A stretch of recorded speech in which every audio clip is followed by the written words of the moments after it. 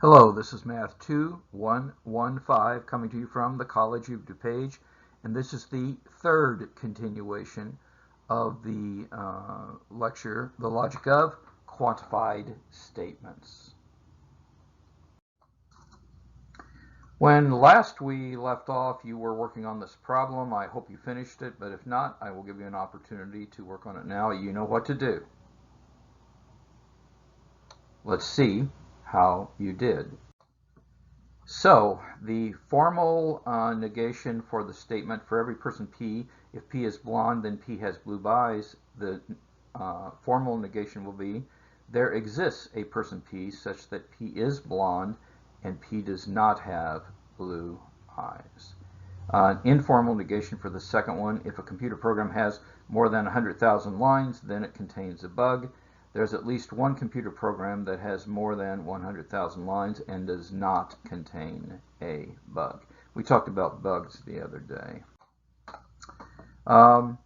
In general, a statement of the form for every x in D, if P of x, then Q of x, is called vacuously true, or true by default if and only if P of x is false for every x in D.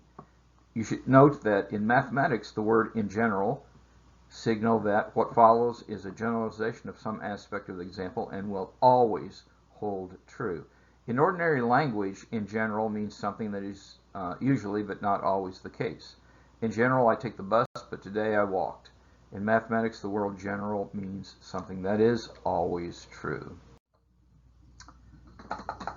Some more definitions, and these are definitions that we had before we had quantification of logical statements. We talked about the contrapositive. The contrapositive was if P, then Q. The contrapositive was if not Q, then not P. So consider a statement of form for every x, an element of D, if P of x, then Q of x.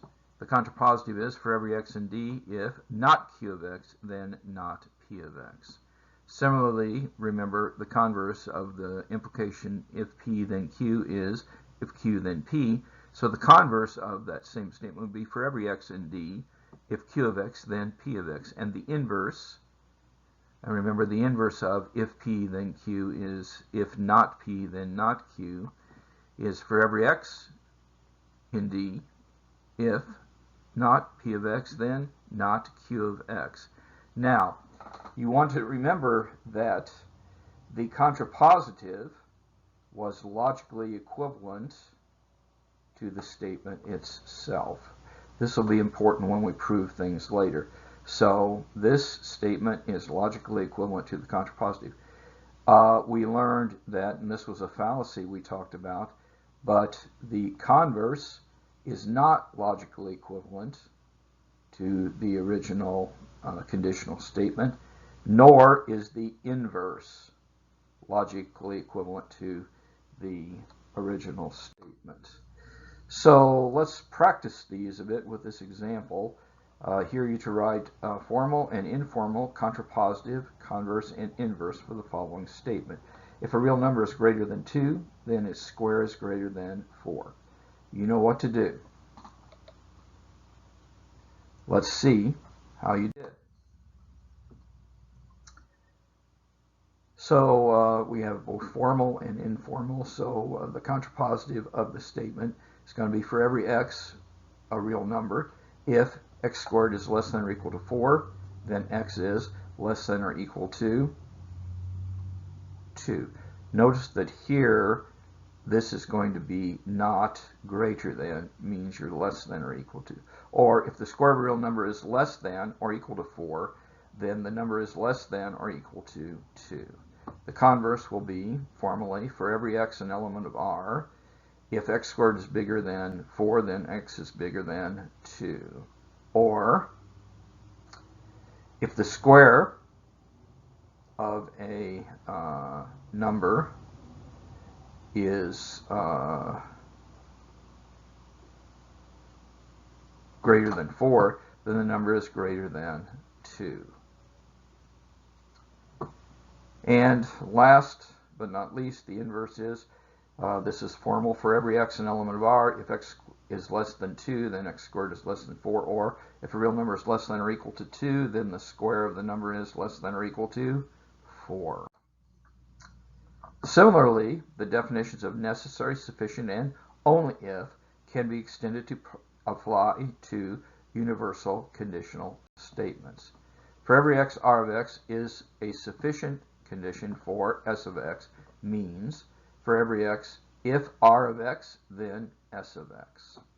For every x, R of x is a necessary condition for S of x means for every x, if not R, then not S. Or equivalently, for every x, if S of x, then R of x. Here we're using the fact that the contrapositive has the same truth value as logically equivalent.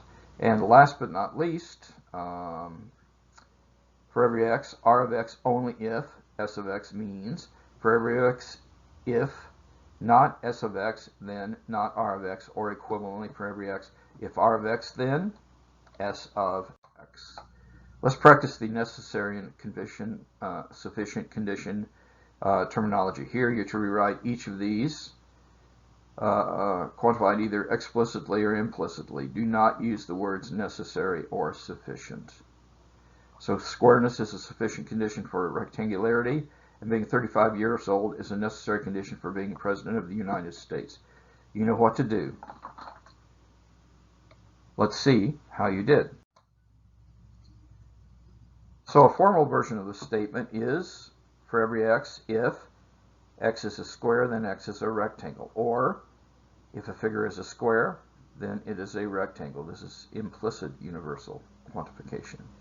Using formal language on the second one, you could write for every person x, if x is younger than 35, then x cannot be President of the United States. Or, by the equivalence between a statement and its contrapositive, for every person x, if x is President of the United States, then x is at least 35 years old.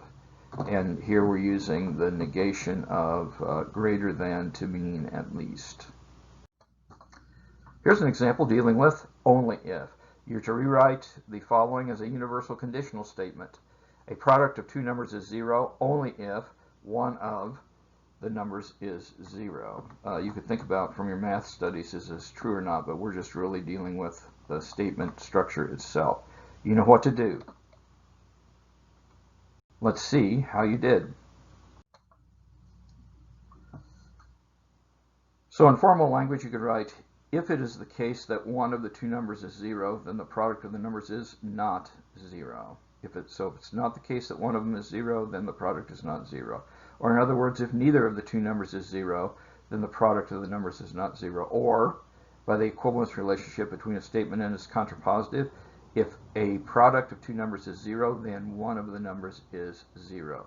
This is what I usually use with my algebra class, and yes, it is true.